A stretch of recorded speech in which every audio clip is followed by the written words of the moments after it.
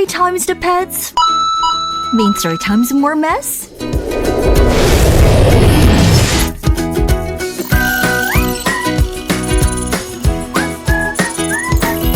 Alexa, ask your RoboVac to start cleaning.